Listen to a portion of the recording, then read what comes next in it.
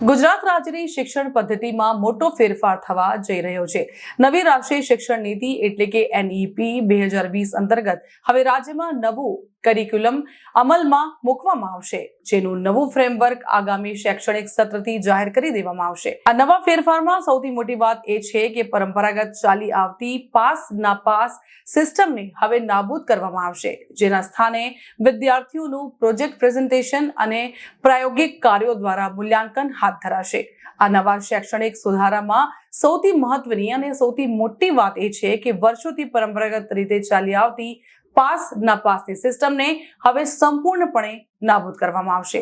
અત્યાર સુધી માત્ર લેખિત પરીક્ષાના ગુણના આધારે વિદ્યાર્થીઓનું ભવિષ્ય નક્કી થતું હતું, પરંતુ હવે આ પદ્ધતિ ભૂતકાળ બની જશે। તેના સ્થાને વિદ્યાર્થીઓની ક્ષમતા ચકાસવા માટે project presentation, practical work, class activity અને નિયમિત આંતરિક મૂલ્યાંકનનો સહારો લેવામાં આવશે। આ નવી પદ્ધતિનો મુખ્ય ઉદ્દેશ ગોખણપટ્ટી દૂર કરી વિદ્યાર્થીઓનું સર્વાંગી મૂલ્યાંકન કરવાનો છે। આ ફેરફારથી નબળા વિદ્યાર્થીઓ પરથી માનસિક તણાવ ઘટશે અને ડ્રોપ આઉટ રેશિયો પણ ઓછો થશે। આગામી સમયમાં આ નવું ફ્રેમવર્ક રાજ્યની તમામ સરકારી અને ખાનગી શાળાઓ માટે લાગુ કરવામાં આવશે।